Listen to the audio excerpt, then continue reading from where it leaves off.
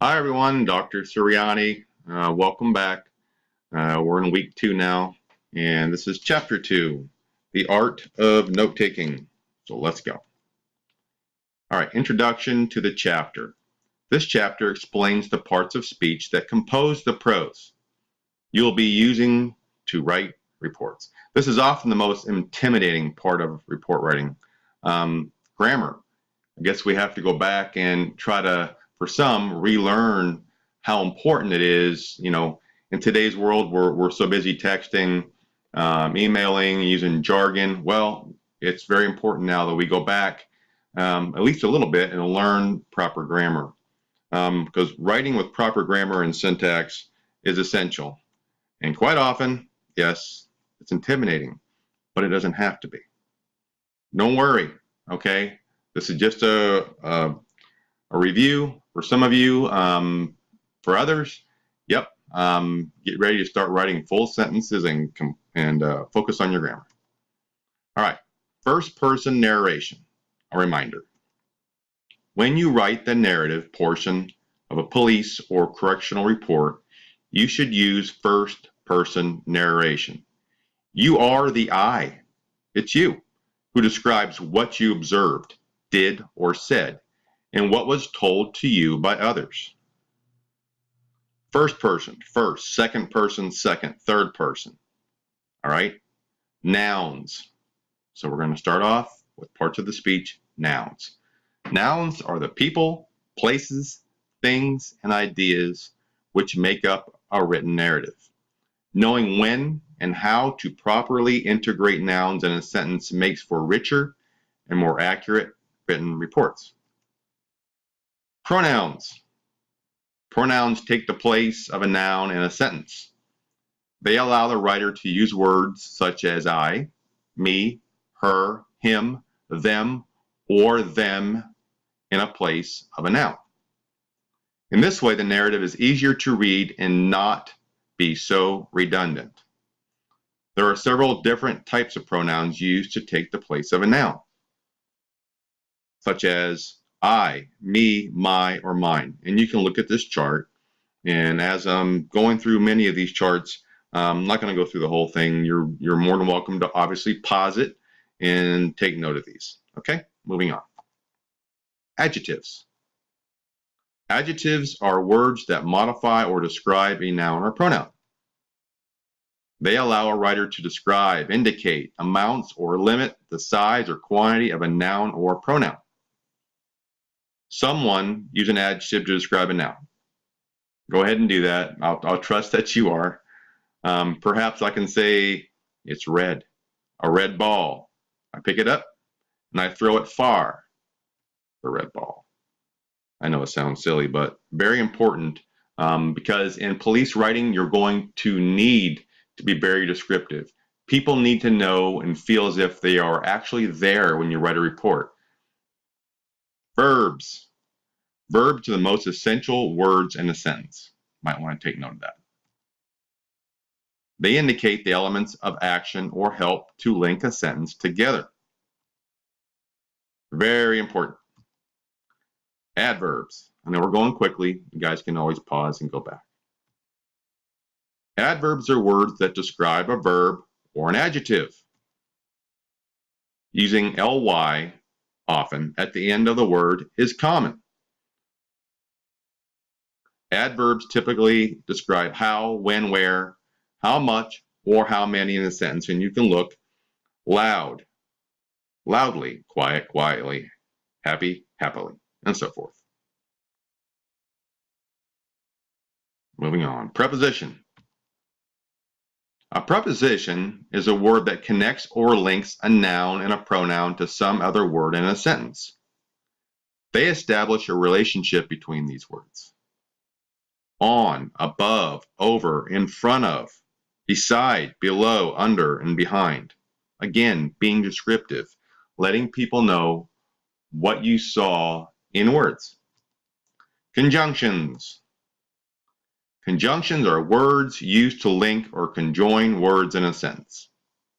Their role is to connect words with other words, clauses, and ideas, kind of like trains in a train track.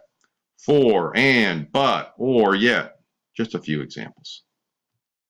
Interjections. Interjections are words that can either stand alone or be included as part of a sentence. If someone yells or screams, we don't want to use cuss words in a report unless someone stated something that was important for the report or yelled it. The suspect yelled, "Go away," or "yuck," or something like that. When an interjection is used as part of a sentence, it does not really have any grammatical relation to the other words in that sentence, but it is important because a jury or a judge or the DA, whomever, needs to know and feel the energy that was at the scene. They are most often used to show or indicate emotion. Like Batman, the old school, pow, biff, and so forth. Now homophones. Homophones are words that sound alike, excuse me, but have different meanings and spellings. If you're uncertain about the correct meaning of a word, consult a dictionary before you use it in a sentence. For example, some words sound the same, mean different things, and are spelled differently. Okay? Kind of play on words there. There and there, where and where. If you need to practice, make sure you use the right one in your writing. Okay, another reminder. Write in past tense. Everything you write in your report has already happened. It's not happening now. It won't happen in the future. Past tense. The suspect talked. He listened. He engaged. It was spoken. He had risen from the couch and confronted me. The suspect ran from the police dog. Okay? Things aren't happening. They happened already. Otherwise, you wouldn't be there. And even if you saw something in person on a scene, when a person reads it, even being your supervisor, it already happened in the past. Okay. I always try to show a slide of levity. I know we talk about a lot of serious stuff, so I'll let you just absorb this for a second. Yes, an actual news article. Fish need water. Interesting. Moving on. Okay, police reports. Note taking. The purpose. We need to be good note takers. The purpose is to record, storage, building blocks, aid in memory. The mechanics of note taking. They have to be readable, accurate, and concise, because if you take notes on a scene and all of a sudden you have to chase a suspect or you're called away or have to leave and you give your notes to another officer on scene, he or she needs to be able to discern what your notes mean. And we're going to cover that in the video here momentarily. Right now, in fact.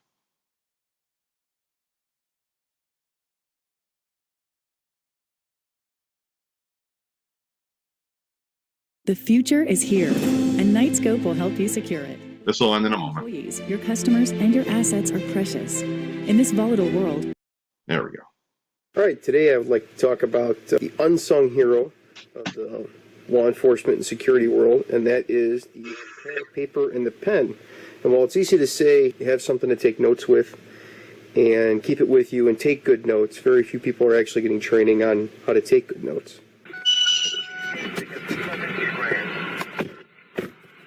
All right, man, take a seat. Buckle up.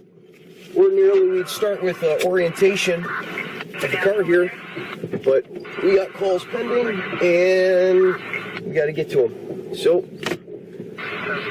we're rolling. We're going to have to learn on the way.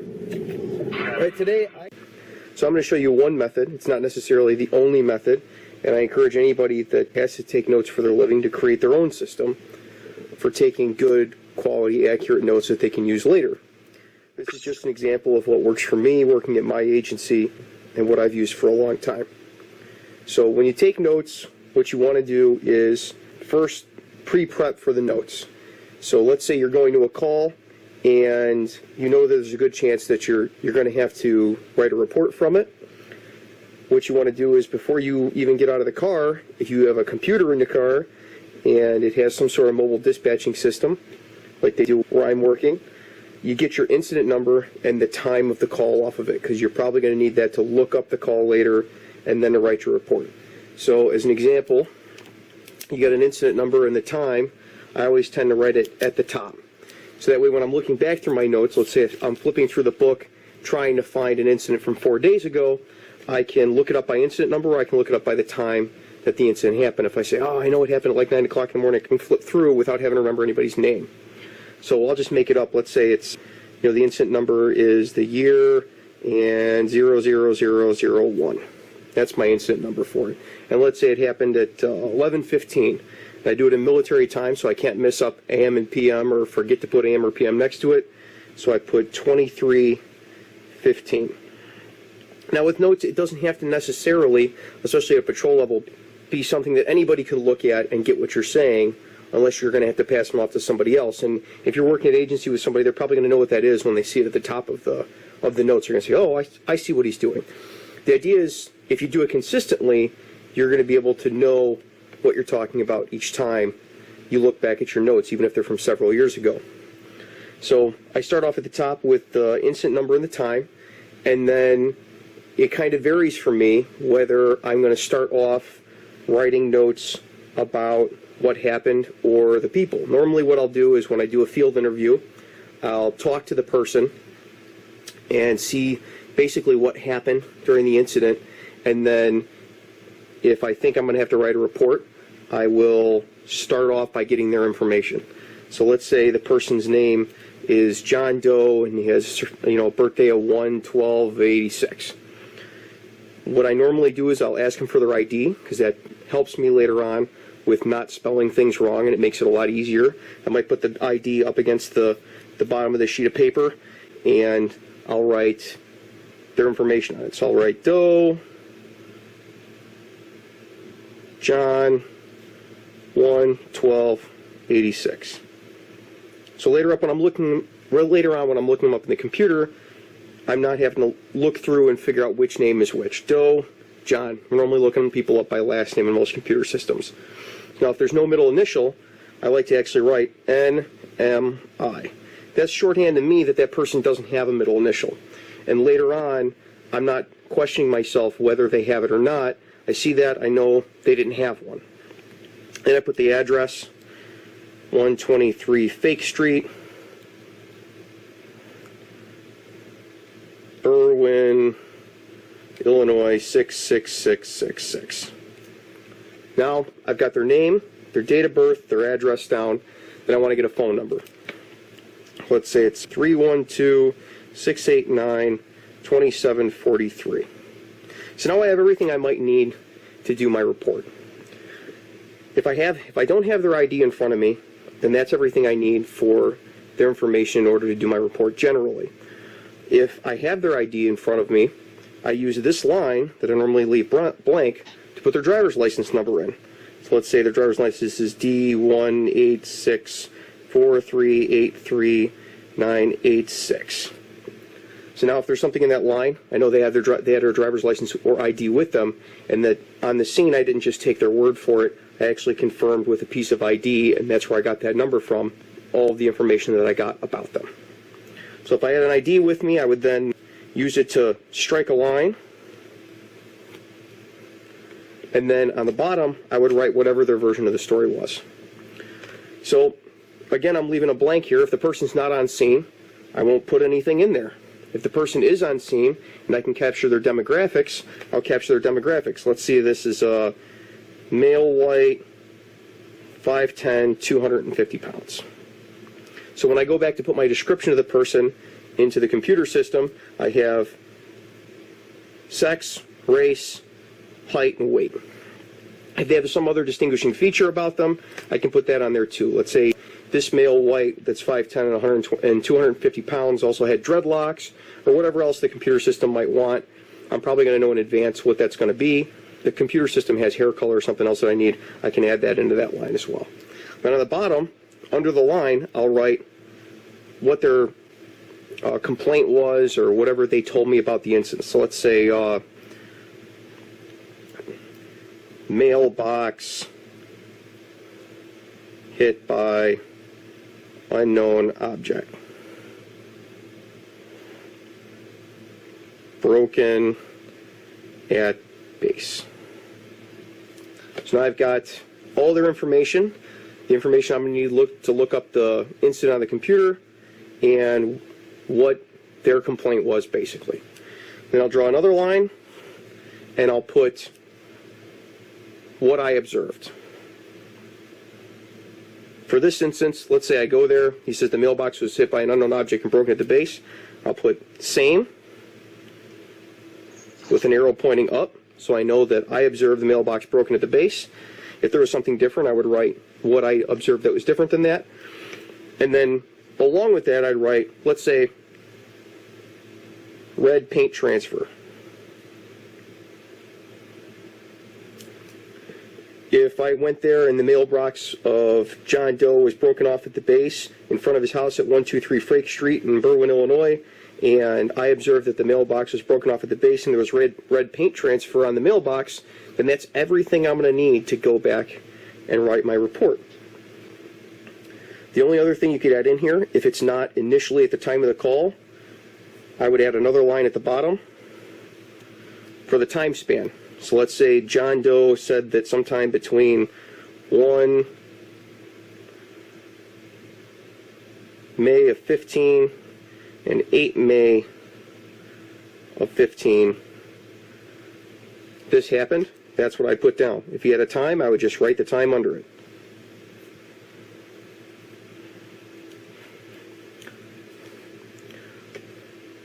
That's it. Now, if there's other witnesses, I'll flip the page, and on the other side, I'll write that other witness's information, and then a line, and then what they say.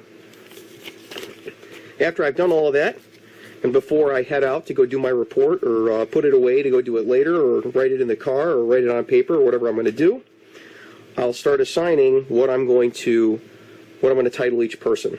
So if John Doe 11286, let's say he is the owner of the house, and that's his mailbox, I'll write Vic next to John Doe, and I'll circle it so that way I remember John Doe is the victim here. If he was the complainant, let's say he's a renter, we don't have the landlord's information while we're on scene, but John Doe here is the renter, and he observed that the mailbox was broken, and the landlord said, hey, go get me a report. I'll put complainant, and then I'll circle it.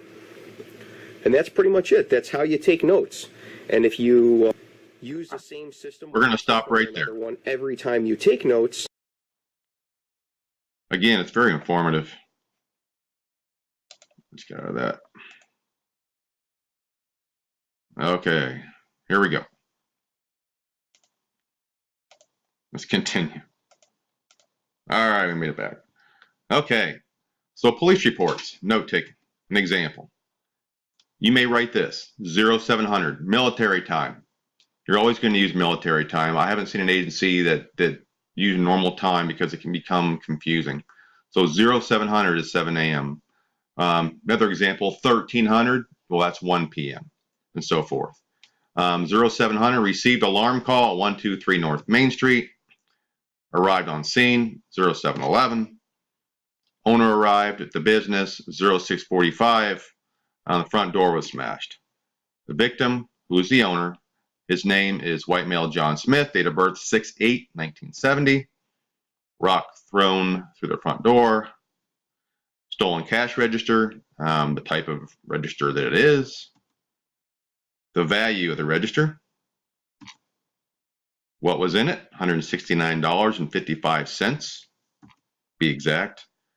The charges that may, depending upon your jurisdiction and what state you're working, burglary, grand theft, criminal mischief, and so forth. Of course, you'd want to request a video from the homeowner or the business owner. You want to talk to witnesses, if there are any. Canvass the area, dust for prints, and so forth. And make note of any evidence that was entered into evidence and whether or not it needs processed. And possibly forward to detectives, depends on the size of your agency. Okay, so you want to tell a story. What happened? Create a mental picture so the reader knows what happened. Because the readers are going to be your supervisor. He or she may approve or disapprove or want things added to your report and send it back to you. Detectives, they need it to be accurate. The victims, you owe it to them that it's accurate. Witnesses, They're essential. They may be called to testify. They can't be saying something different than what's written in your report. The DA, defense attorney, the judge, defense attorney in there again, and possibly the jury is what I meant to put on there. It is your reputation. It is what it is that you have to say. If your report is full of holes and it's a mess, or they catch you in a mistruth, nice word for a lie, your career, your reputation is in big trouble. It's your reputation, because they're going to say, did you hear about? No way, really. Are you serious? Yeah, that could be the DA's office right there. I've seen it happen. Avoid wordiness. Good police reports can avoid wordiness by doing the following. Use simple words. Use active voice. Avoid wordy phrases. Avoid redundancy. You know, the KISS, KISS acronym, keep it simple, stupid. You want everything in there, but it needs to be just once and concise. For example, an incorrect way of saying something. In subsequent endeavors to ascertain her whereabouts on July 28, I questioned a suspected perpetrator as she exited the premise of her employment. Why would you need to say something like that? Quite easily said, I later questioned the suspect as she left work to learn where she had been on July 28th. You're not writing as Edgar Allan Poe, nor Mike Twain, or Stephen King. You're writing so the information is relayed correctly and clearly and to the point to those who need to read it. That's the right way. Again, for example, avoid wordy phrases. Each and every, no. Each. Red in color, no, it's red. We know it's a color. Due to the fact that, no, because. If this should prove to be the case, again, not a Stephen King novel, if. Paste back and forth. No, they just paste. Members of the gang, they're gang members. Avoid redundancy. For example, past experience, true facts, future plans, meet together, reduce down, final result, join together, basic fundamentals. Now, just experience, the facts, just the facts. Plans, meet, reduce, the result, join, basic and or fundamental. Don't need so many words. Report the facts, not opinions, because you're going to be called on it. Well, how'd you know that, officer? Yeah, that'll go by only so many times in court or in front of the DA. And again, your reputation, you're going to look like a fool. What'd you see? What'd you hear? What'd you taste? What'd you touch? What'd you smell? Just the facts. Opinion. Peterson is a violent person. Fact. Peterson has been arrested twice for domestic violence. Thus, it would lead one to believe that Peterson is a violent person. You need facts to back up opinions. Be sure to cite the source of your information. The victim entered the garage at approximately 23:11 hours, which is 11:11 p.m. How do you know? Were you there? No, you weren't there. The victim said she entered the garage at approximately 23:11. Be careful the way you write.